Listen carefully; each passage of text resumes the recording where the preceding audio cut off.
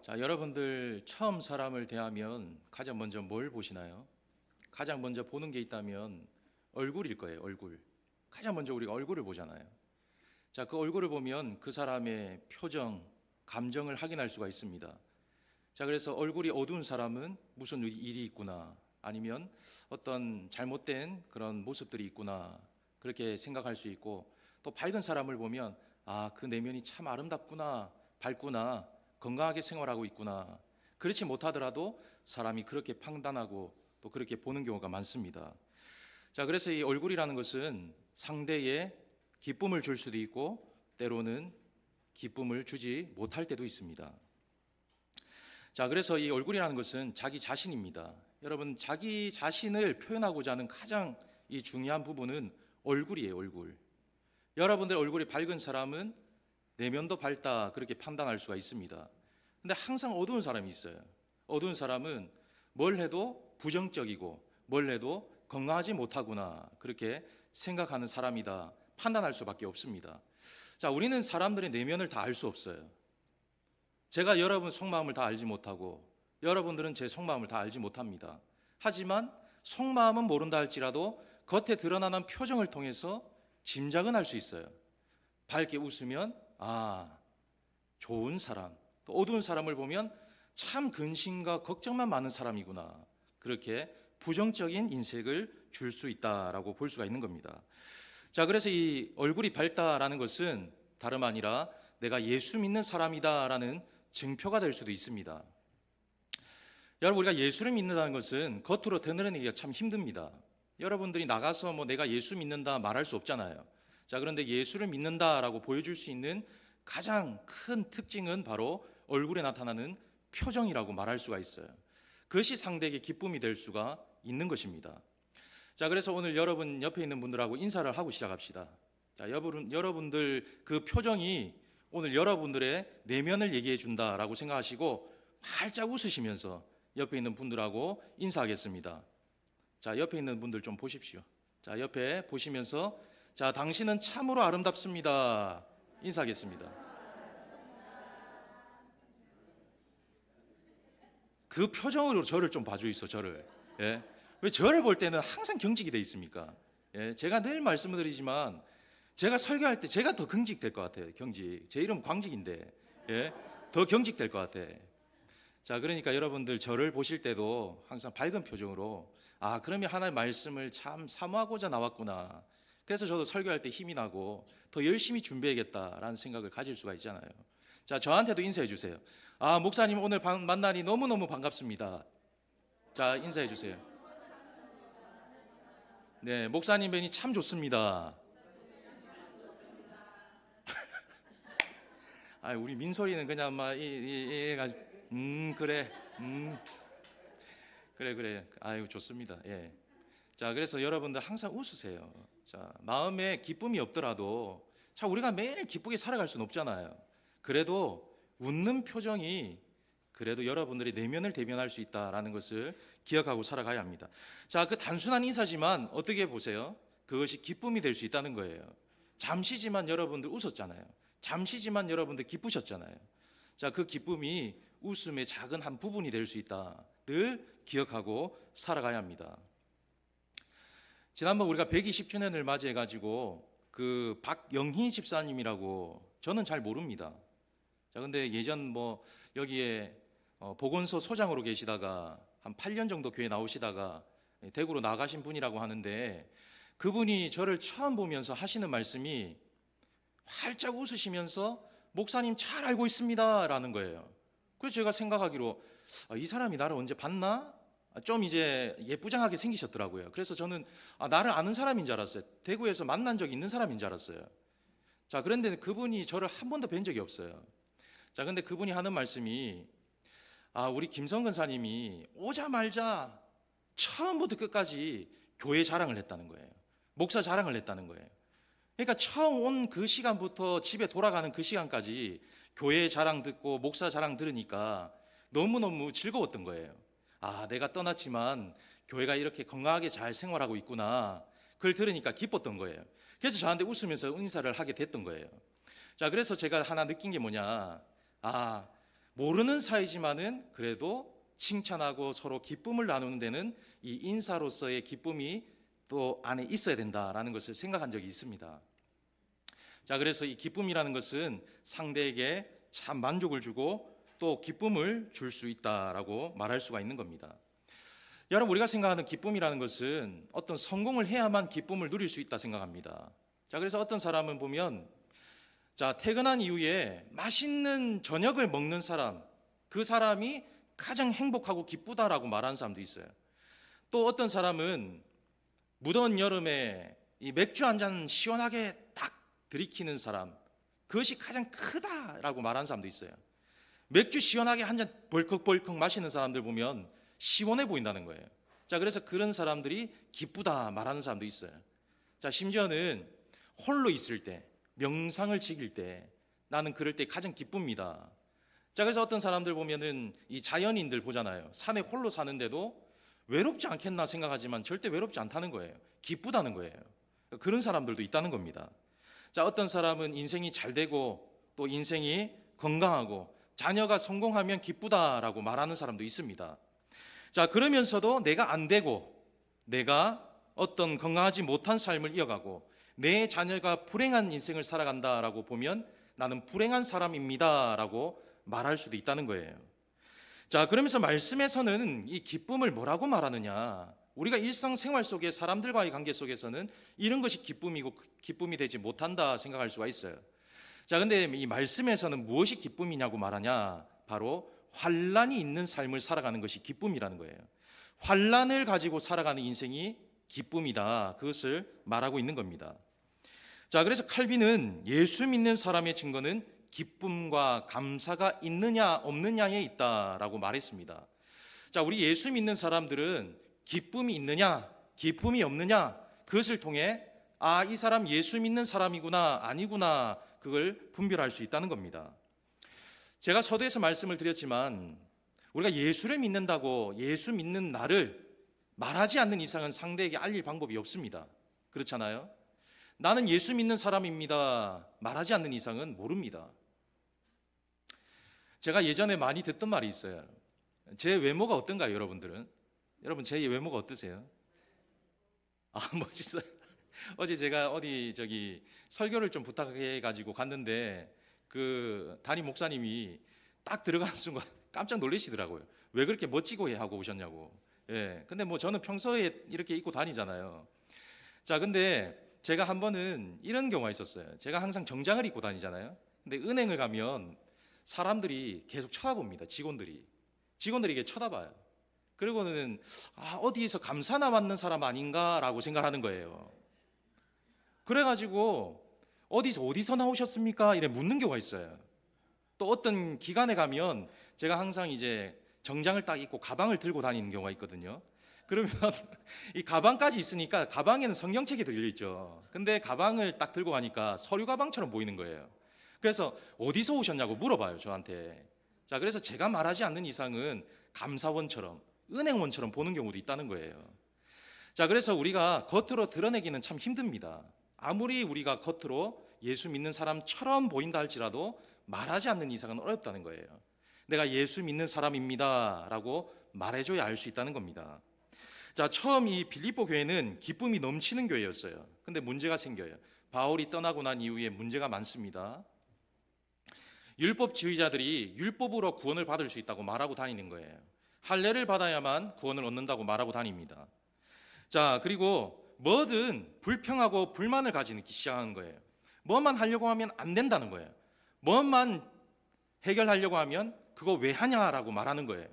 그러니까 늘 부정적으로 안 돼, 못 해 하면 안 된다고 말하니까 그때부터 분쟁이 시작한 거예요. 자, 그래서 바울이 말하기를 빌립보 4장 4절 말씀 이렇게 고백을 하고 있는 겁니다. 주 안에서 항상 기뻐하라. 내가 다시 말하노니 어떻게 한다고요? 기뻐하라. 다시 말하니까 내가 기뻐하라 라고 말할 수밖에 없다라고 말하고 있다는 거예요. 자, 그러면 이 바울이란 사람은 지금 기쁨을 가지고 있는 상태였냐? 전혀 아니라는 거예요. 바울은 지금 감옥 안에 있습니다. 여러분, 지금 이 감옥을 생각하시면 안 돼요. 제가 이 청송에 있을 때 이 소장님이 계셔가지고, 총성교도소 소장님이 그때 하원 성명에 있을 때에 소장님이 계셨어요. 그래서 탐방을 오라는 거예요. 구경시켜 준다고. 갔는데 아이고, 감옥이 오래됐지만 아주 깨끗하고 잘만 합니다. 예, 제가 볼 때 잘만 해요. 자, 근데 옛날 감옥은 이렇지 않다는 거예요. 여러분, 옛날 감옥을 보면 아무런 그런 준비가 되어 있지 않습니다. 아주 오물과 더럽고 추한 그런 곳이에요. 습하고, 그리고 춥고 덥고 아주 냄새나고 그런 곳이란 말이에요. 그런 감옥에 있음에도 불구하고 지금 말하고 있는 것이 내가 기쁘다. 그러니 너희들도 기뻐하며 살아라. 그렇게 말하고 있다는 거예요. 자, 우리가 요한 1서 말씀을 지금 함께 오후 예배 때 살펴보고 있잖아요. 자, 기쁨에 대해서 말씀을 나누었습니다. 자, 에베소 교회도 마찬가지인 거예요. 에베소 교회도 어제까지는 함께 기뻐했던 사람이 오늘 되어서야 원수가 된 거예요. 율법 때문에, 또한 여러 가지 분쟁 때문에 기쁨이 완전히 사라졌습니다. 자, 그때에 요한이 말하기를 기쁨은 하나님을 통해 찾아라. 하나님으로만 기쁨을 얻을 수 있다. 그렇게 말하기도 하였다는 거예요. 자, 그래서 예수를 믿는 사람들은 결국 기쁨이 어디에 있느냐? 내 속에 예수가 있느냐?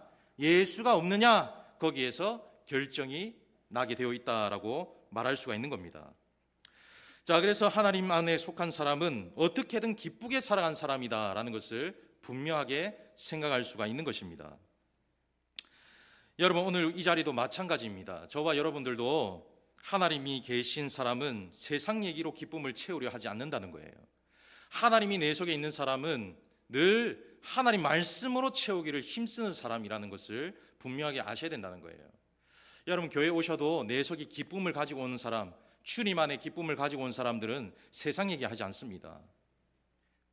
여러분, 교회 와서 세상을 얘기한다는 것은 주님으로 말미암아 기쁨을 채우지 못했기 때문에 세상 얘기를 하는 거예요. 주 안에 기쁨이 있는 사람은 말씀으로 기쁨을 채웁니다. 제가 지난번에도 말씀을 드렸잖아요. 오늘 들었던 말씀이 어때? 넌 어떻게 생각해? 당신은 어떻게 생각합니까? 아, 집사님, 권사님, 오늘 말씀에 기쁨을 얘기했는데 목사님 말씀을 들으면서 나는 이런 기쁨이라고 생각합니다. 집사님 어때요? 이런 기쁨의 말씀을 나누게 되어 있다는 거예요. 자, 근데 하나님으로부터 기쁨을 누리지 못한 사람은 세상 얘기로 빠지는 거예요.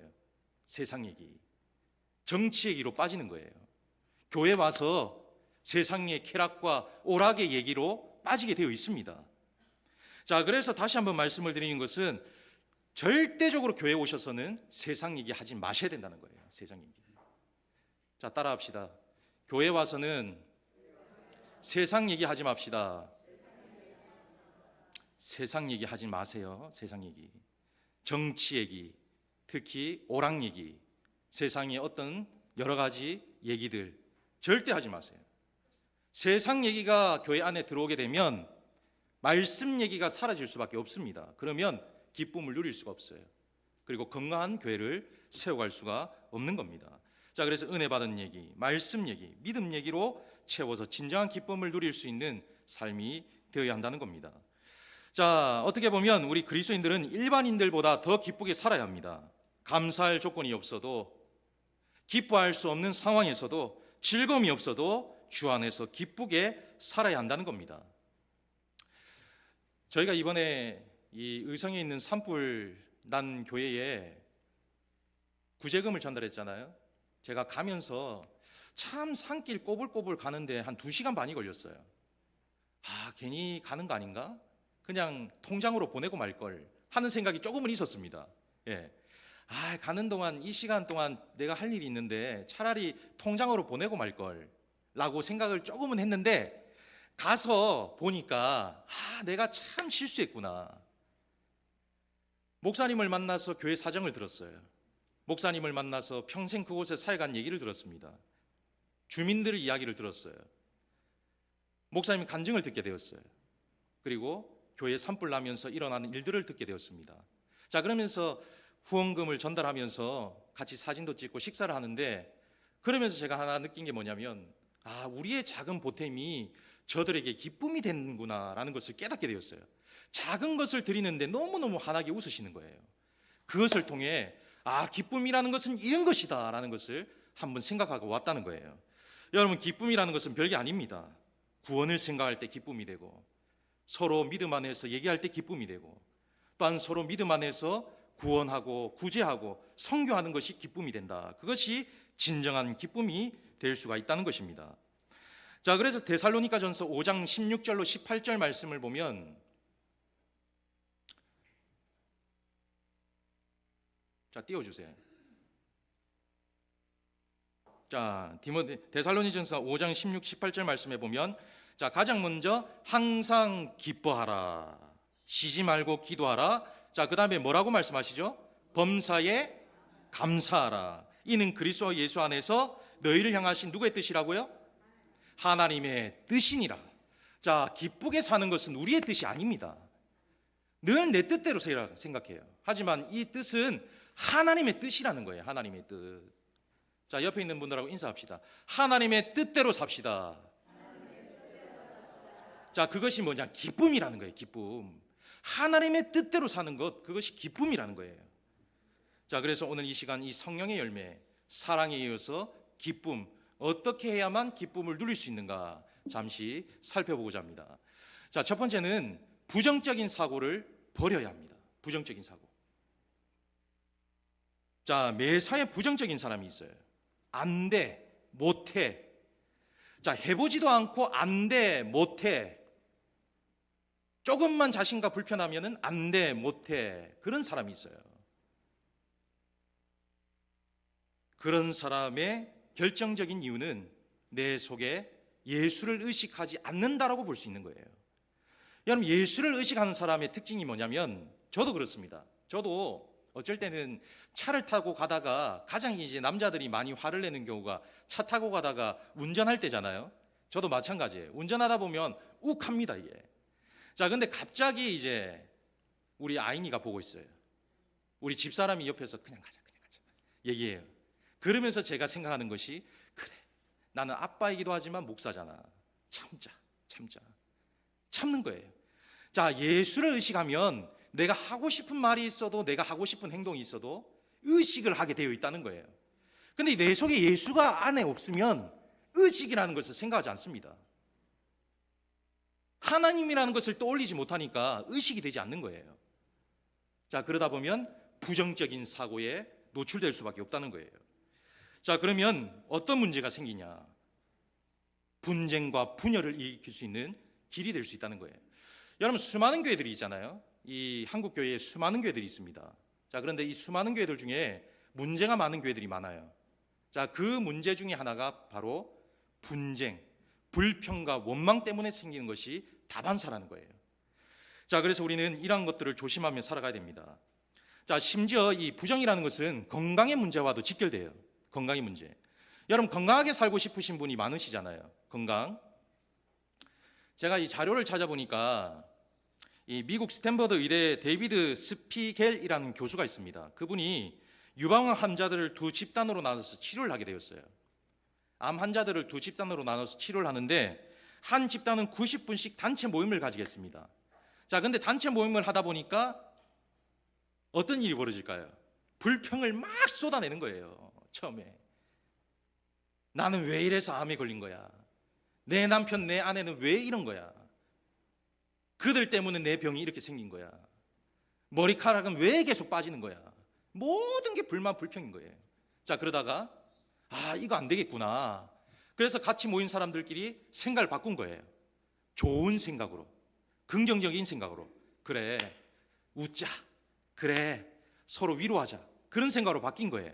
자, 그런데 놀라운 조사 결과가 나온 거예요. 자, 그렇게 생각을 바꾼 집단이 생각하지 않은 집단보다 2배 이상 오래 살았다는 거예요. 오래 살았다. 여러분, 그래서 건강하게 살고 싶은 사람들은 부정적인 생각을 버려야 됩니다. 내 몸의 질병의 대다수는 생각에서 자리 잡을 수 있다. 그것을 분명히 기억할 수 있는 부분이라고 말할 수가 있는 거예요. 자, 결국 건강한 사고를 가질 때에 건강한 삶을 살아갈 수가 있게 되는 것입니다. 여러분, 부정이라는 것은 인생을 피폐하게 만들어요. 부정이라는 것은 기쁨을 사라지게 만듭니다. 여러분, 말씀해 보면 가인이라는 사람 잘 아시죠? 가인. 여러분, 대표적인 인물이 가인입니다. 저는 이 가인을 보면서 하나 깨닫는 것이 뭐냐면, 잘하는 사람을 보면 잘하는 것을 배워야 된다. 그렇잖아요. 잘하는 사람의 행동을 보면 잘하는 것을 따라할 수 있어야 된다는 거예요. 자, 동생이지만 자존심 상할 수 있어요. 동생이지만 기분 나쁠 수 있습니다. 자, 그러나 왜 그가 하나님 앞에 제사를 인정받고 사랑받는가? 그는 왜 축복을 받는가? 그것을 먼저 생각했더라면 그도 같은 축복을 받았을 겁니다. 자, 그런데 문제가 생긴 거예요. 불평과 원망이 생긴 거예요. 왜 저 인간만 하나님이 축복하시는 거야? 나도 똑같이 하나님 앞에 제사를 드리는데 와 나는 이런 거야. 그때부터 미움이 생긴 거예요. 그때부터 시기와 질투가 생긴 거예요. 그 부정적인 사고 때문에 동생을 죽이고 마는 그런 안타까운 일이 벌어지고 말았다는 거예요. 자, 그리고 이 말씀에 보면 사울이라는 인물도 있습니다. 여러분, 사울이라는 인물을 보면 참 안타까운 인물 중에 한 사람이에요. 이 부정적인 사고 때문에 평생 다윗에게 끌려다닌 사람입니다. 어떻게 보면 끌려다닌 거예요. 긍정적인 사고가 있으면 자기가 끌고 갔을 텐데 부정적인 사고 때문에 항상 끌려다닌 거예요. 자, 다윗이 골리앗을 물리치고 왔을 때에 아낙네들이 이렇게 말합니다. 사무엘상 18장 9절에서 7절에서 9절 말씀. 자, 한번 읽어보겠습니다. 자, 한번 읽어볼게요. 시작.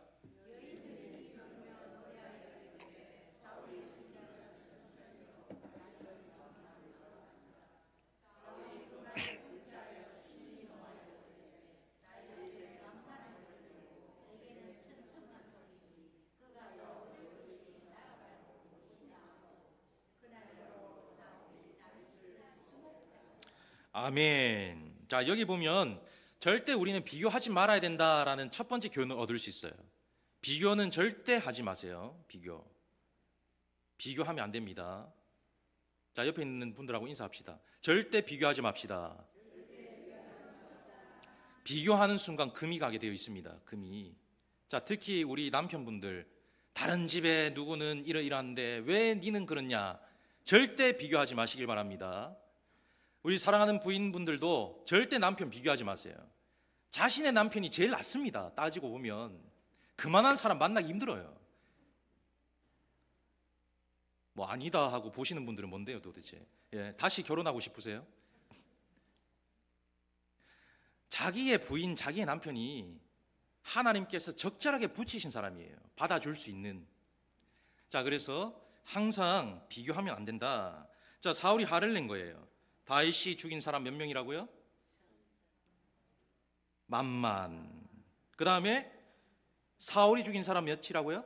1,000. 다윗은 10,000명을 죽였네. 그럼 나는 왕인데 뭐 1,000명이라고?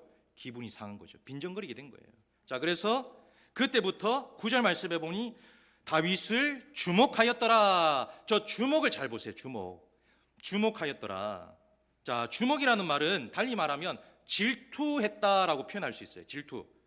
자, 질투라는 것은 긍정적인 부분보다 부정적인 부분을 더 가지고 옵니다. 자, 그때부터 기쁨이 사라지게 되었다는 거예요. 주목한 그 순간부터 기쁨이 사라지게 됐다는 거예요. 그래서 비교하면 안 된다. 기쁨이 사라진다라고 볼 수도 있는 겁니다. 여러분, 다윗은 정말 훌륭한 장수였어요. 다윗은 훌륭한 사위였습니다. 그럼에도 불구하고 그것이 다윗의 칭찬이라고 여기니까 기쁨이 사라지게 됐다는 거예요. 그래서 우리는 매사 그의 칭찬이 나의 칭찬이 되고, 저는 교회 칭찬이 저의 칭찬이라고 생각해요. 여러분들의 칭찬이 저의 칭찬이라고 생각합니다. 제 칭찬이 여러분들의 칭찬이 되는 거예요. 나와서 우리 교회가 좋다라고 말하는 것은 제가 잘나서 그런 것이 아닙니다. 여러분들이 다 좋기 때문에 그런 칭찬을 받게 되는 거예요. 믿으시면 아멘 하시길 바랍니다.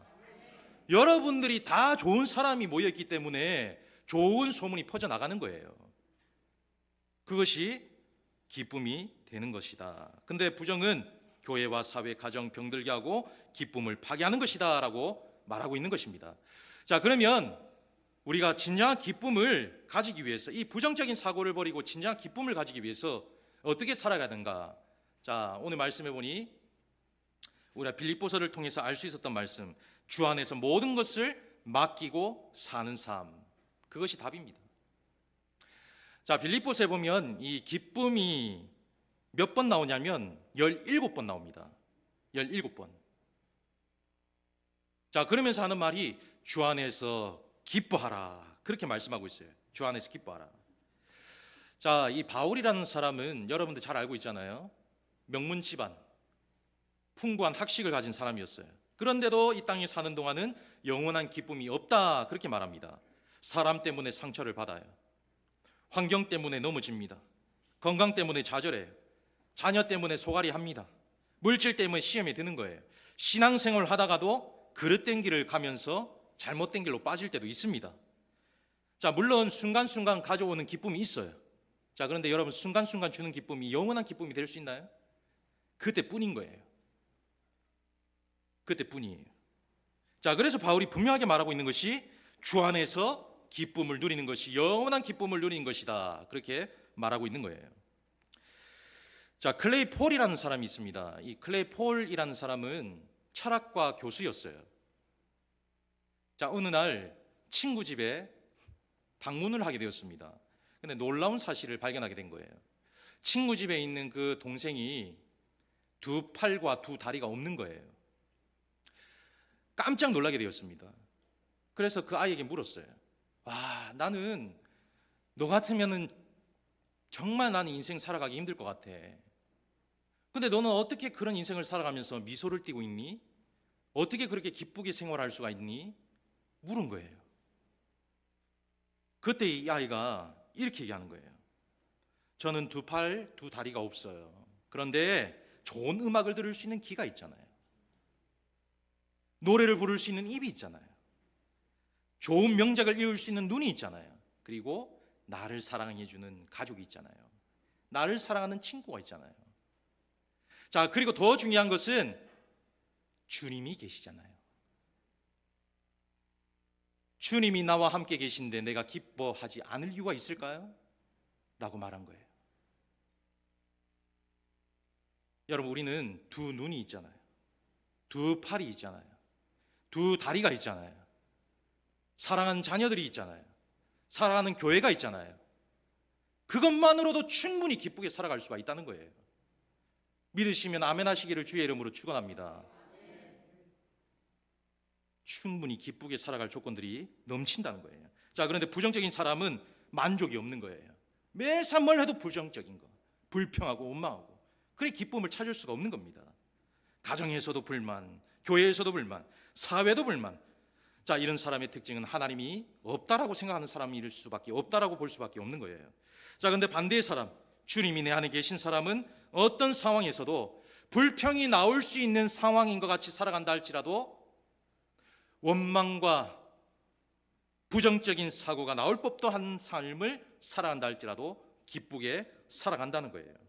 자, 그래서 우리는 주 안에 맡기고 살아갈 때에 가장 큰 기쁨을 누리며 살아갈 수가 있는 것입니다. 내 신체가 약해도 내 삶에 문제가 있어도 기쁨으로 살아갈 수가 있게 되는 것입니다. 여러분, 존 버년이 쓴 철로 역정이라는 책을 아마 다 아실 겁니다. 많이 들으셨을 거예요. 자, 그 책에 보면 이 그리스도의 한 사람이 이제 천국을 향해 가고 있는 거예요. 자, 그러다가 이 한 발만 잘못 헛디디면 나락으로 떨어지는 그 길을 지나가게 되었습니다.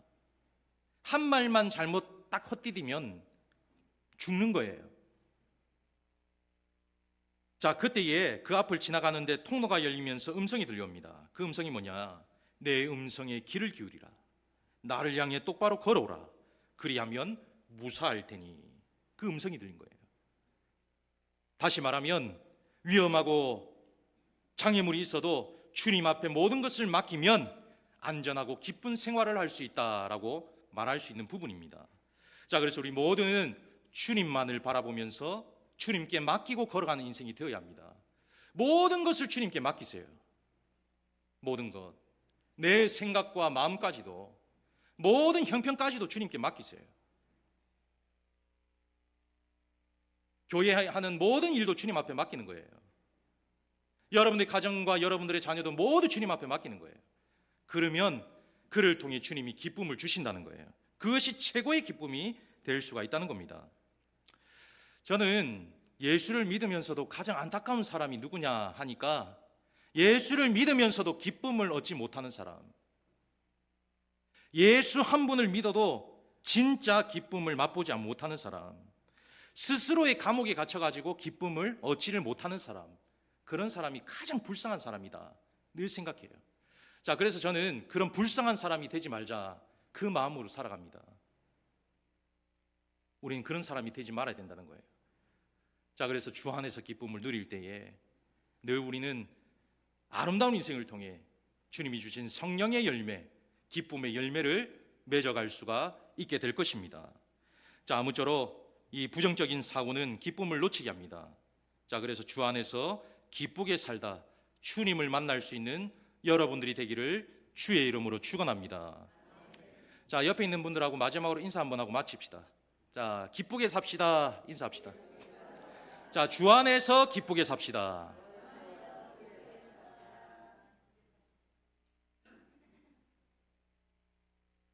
이 시간 이후로 활짝 웃으시면서 식사하시고, 이 시간 이후로 활짝 웃으시면서 성도들을 대하시고 기쁘게 살다 주님을 만날 수 있는 복된 여러분들이 되기를 축복합니다.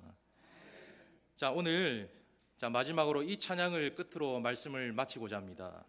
자, 내게 샘 솟는 기쁨, 우리의 삶에 샘이 솟는 기쁨, 기쁘게 샘이 솟을 만큼 아름다운 시간들을 잘 보낼 수 있기를 간절히 바랍니다. 자, 3절, 2절, 1절씩으로 찬양을 드리고 예배를 마치겠습니다. 자, 내게 샘 솟는 기쁨, 내게 샘 솟는 기쁨, 내게 샘 솟는 기쁨, 내게 샘 솟는 기쁨 넘치네 할렐루야. 내게 샘 솟는 기쁨, 내게 샘 솟는 기쁨, 내게 샘 솟는 기쁨. 우리 다시 한번 찬양합니다. 내게 샘 솟는 기쁨, 내게 샘 솟는 기쁨, 내게 샘 솟는 기쁨, 내게 샘 솟는 기쁨 넘치. 내게 샘 솟는 기쁨, 내게 샘 솟는 기쁨, 내게 샘 솟는 기쁨 우리 다 내게 바다 같은 사랑, 내게 바다 같은 사랑, 내게 바다 같은 사랑, 내게 바다 같은 사랑 넘치네 할렐루야. 내게 바다 같은 사랑, 내게 바다 같은 사랑, 내게 바다 같은 사랑 넘치네. 내게 강 같은 평화, 내게 강 같은 평화, 내게 강 같은 평화, 내게 강 같은 평화 넘치네 할렐루야. 내게 강 같은 평화, 내게 강 같은 평화, 내게 강 같은 평화 넘치네. 이제는 우리 주 예수 그리스도의 은혜와 하나님 아버지의 무한하신 사랑하심과 성령 하나님의 감화 감동 교통하심이 부정적인 사고는 완전히 벗어버리고 주 안에서 기쁨을 누리고 모든 삶에 하나님 앞에 맡기는 삶을 통해 영원한 축복 속에 살아가기를 다짐하고 소원하는 우리 사랑하는 군곡교회 모든 권속들 머리 위에, 저들의 가정과 하는 모든 일들 위에, 앞으로 달려갈 미래와 소망들 위에 이제로부터 영원토록 함께 있을지어다. 아멘.